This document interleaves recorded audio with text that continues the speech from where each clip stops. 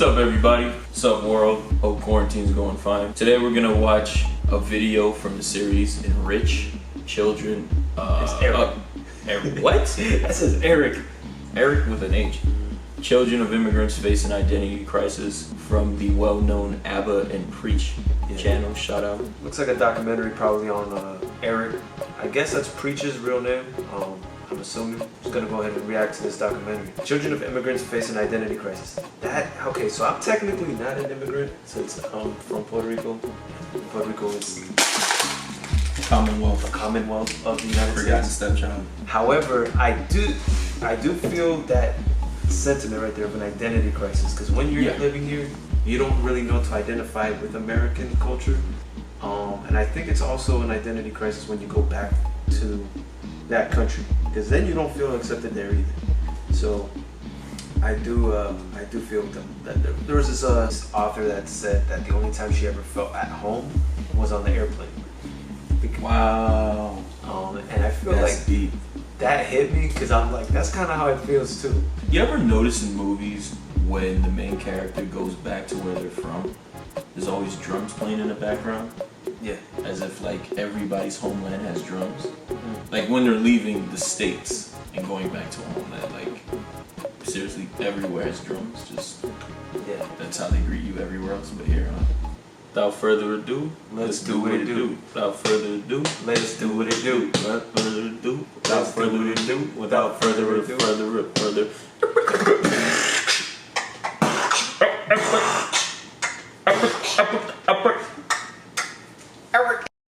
At 36 years old, I'm going back to Haiti for the first time. I know this sounds strange. How can you go back to somewhere you've never been? But you have to understand, as a kid, everything around me was Haitian. My mom, my dad, my grandparents, my aunts, my uncles, my cousins, Haitian. So when I say that I'm going back to Haiti for the first time, I'm going back to the Haitian roots that I had when I was growing up. Haiti raised me. Through people. I like that. Yeah, that's how it is. I'm born there. Not if not I. I'm more Haitian than you. And then someone's gonna say, it can keep on going like that. But all them people that I name, all gonna say I'm Haitian. And it's in their head. Yeah. Everybody I meet in their second gen or even first gen, they all have those struggles. You'll never be enough. You can't say all your life that you don't care what people say. If people say that you don't belong, you say, yeah, I belong. Do you really? I don't know. Maybe you don't. Regardless, you never stop searching for a place to call yours. Every day I have to fight.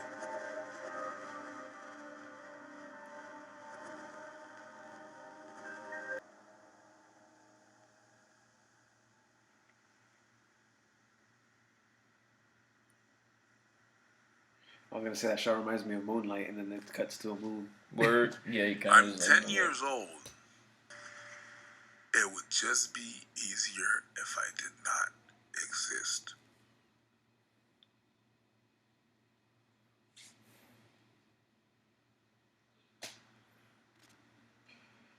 Wow. And I got there the first day, bit anxious, but I got there. And the first thing I saw was a lot of black people. And I was like, oh, snap, I'm home. I don't identify with Quebec culture. I adapt to it. I had to adapt. I talk like them, I act like them, it's gonna be easier. And it was. I know it would have been far more worse if I did adapt.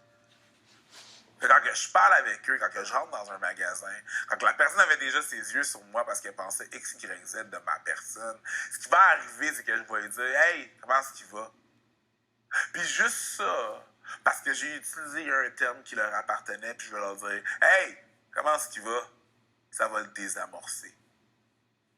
C'est pas que je m'identifie à lui, c'est que je m'adapte. Belonging, you don't have to do anything. You just are where you were supposed to be. Exactly. When your mama yells at you and she tells you, hey, can you put that thing back where it belongs? She doesn't tell you put that thing back where it fits in. That could be anywhere, you know? No, you put it where it belongs. It's supposed to be there. Fitting in, to me, sounds like fighting in. To fit in. Fitting in, fighting. It even sounds the same, almost. Kind of gives me a KRS-One vibe. How so? Just he does this original man presence, speaking with original thought, original purposes. Yeah.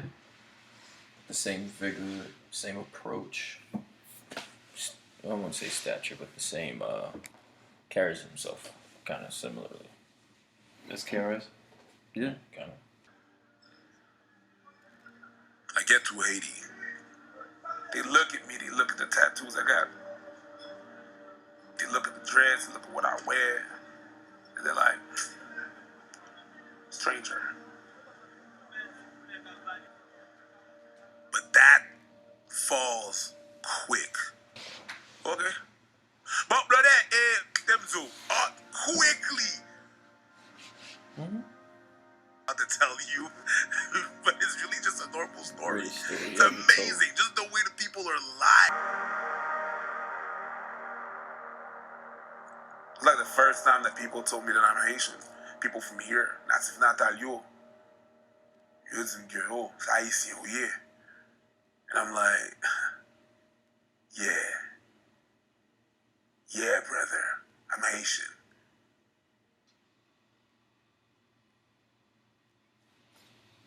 Wow. What'd you think? Yeah, that's his real name, Eric Preach at the end. I hope I didn't butcher the last name, but I'm not gonna try because someone specifically would be mad at me for even trying if I don't know, so I'm not gonna try. His girlfriend is Haitian. The that term phrase "my people" just something that really speaks to me when someone talks about my people. But they find what they believe is, or what they say is their people. Mm. Sometimes you don't find your people until you're an adult, until you're already established somewhere else, and that's what makes you realize, as established as you are in another realm, somewhere else in another culture, you realize this is not me.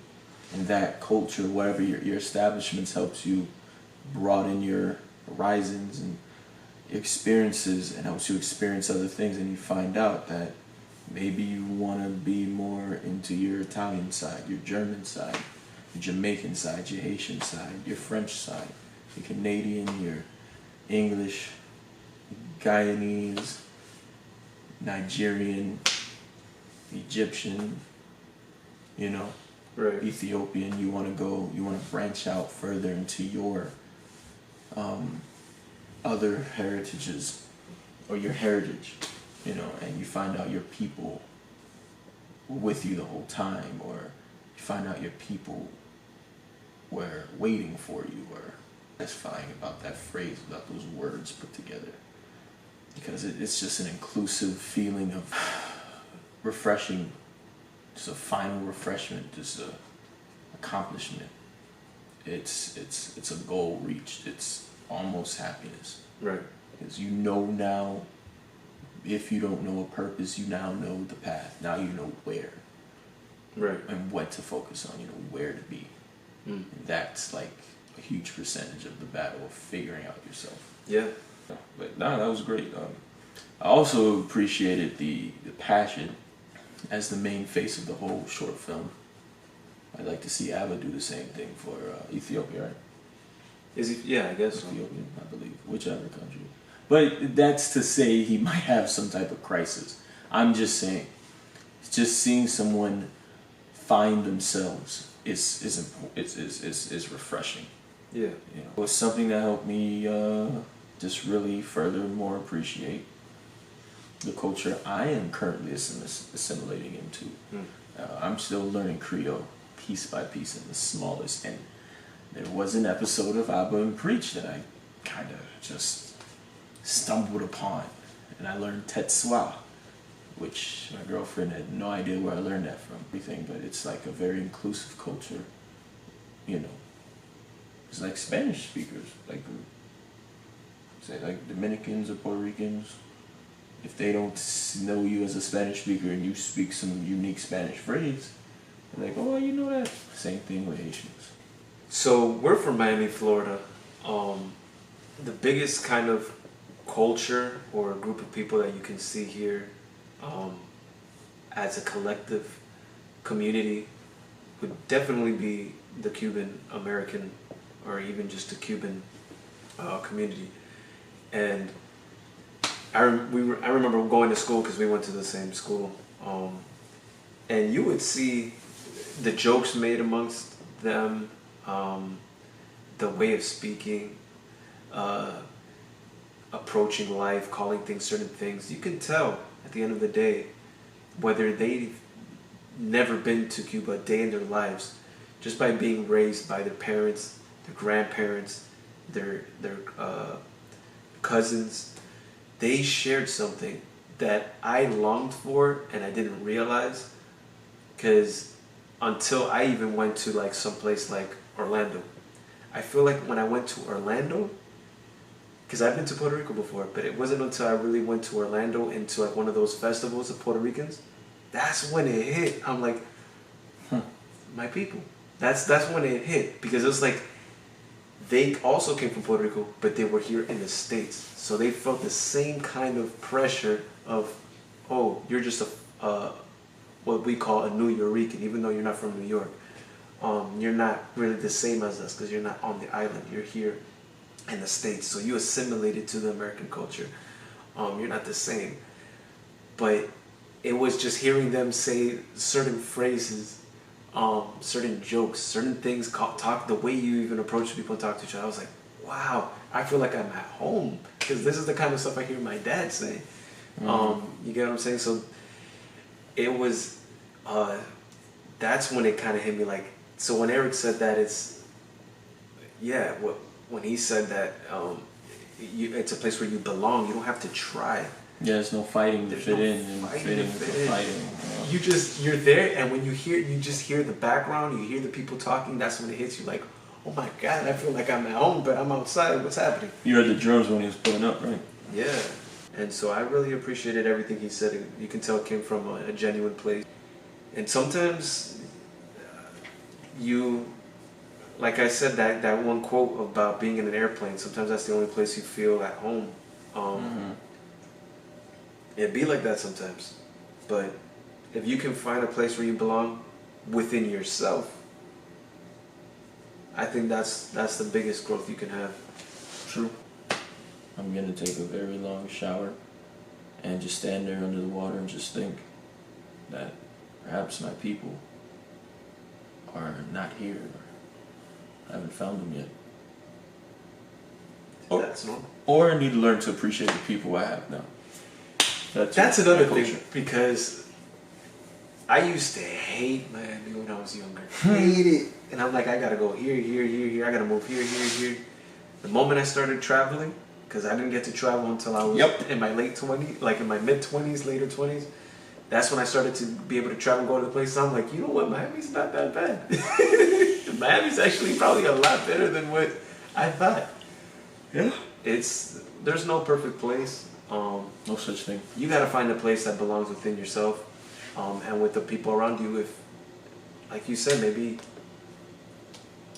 you just gotta accept even the people around you. I'm not trying, but yeah, I agree with everything this documentary has to say. Not fighting to fit in, just belonging. And with that, thank you once again for coming to watch us. That was Eric. children of immigrants face an identity crisis. Beautifully Beautifully done. Yeah. That one shot that looked like moonlight, that was dope. It was dope. It was a moonlight shot. So God bless. Take it easy. Comment down below what you think. Catch you on the next one. Peace. All right, folks.